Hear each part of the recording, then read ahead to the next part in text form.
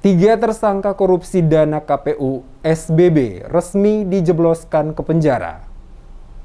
Kejati Maluku resmi menjebloskan tiga tersangka merupakan pejabat Komisi Pemilihan Umum atau KPU Kabupaten Seram Bagian Barat SBB pada Senin 8 Agustus sore. Ketiga tersangka berinisial MDL, HBR, serta MAB ditahan terkait kasus dugaan tindak pidana korupsi dengan penyimpangan anggaran di KPU SBB tahun anggaran 2014 dan dugaan korupsi pengelolaan keuangan dana hibah dari APBD Kabupaten SBB kepada KPU setempat tahun anggaran 2016-2017. Mereka ditahan untuk waktu 20 hari ke depan setelah menjalani agenda pemeriksaan sebagai tersangka oleh tim jaksa penyidik. Ketiganya dibawa ke rutan kelas 2A Ambon menggunakan mobil tahanan DE 8478AM usai diperiksa tim penyidik. Asisten Tindak Pidana Khusus atau APITSUS Kejati Maluku, Triyono Rahyudi, kepada sejumlah wartawan menjelaskan, jaksa penyidik melakukan upaya paksa menahan tiga tersangka yaitu MDL selaku sekretaris KPU merangkap PPK, kemudian MAB sebagai bendahara pengelola dana hibah tahun 2016-2017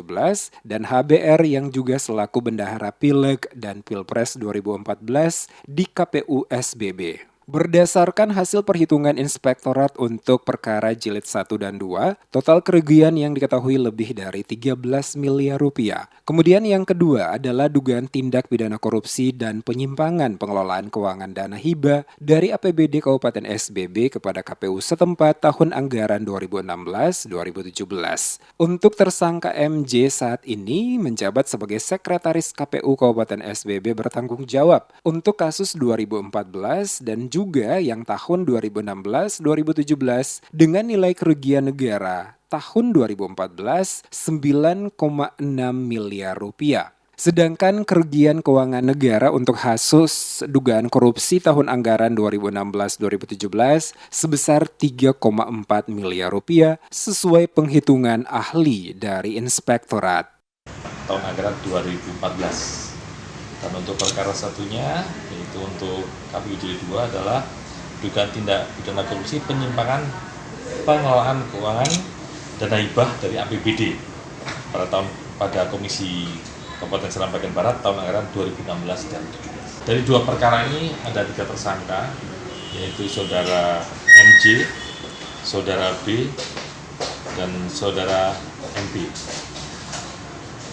Untuk saudara Dr. DJ selaku saat itu pada saat kejadian perkara adalah sebagai sekretaris KPU, dia dipertanggungjawabkan dia bertanggung atas peristiwa yang di tahun 2014 dan KPU kedua yang 2016 dan 2017. Jadi ada satu orang yang diberi pertanggungjawaban dua perkara, yang satu orang untuk satu perkara masing-masing, itu 2014 dan 2016 dan 2017.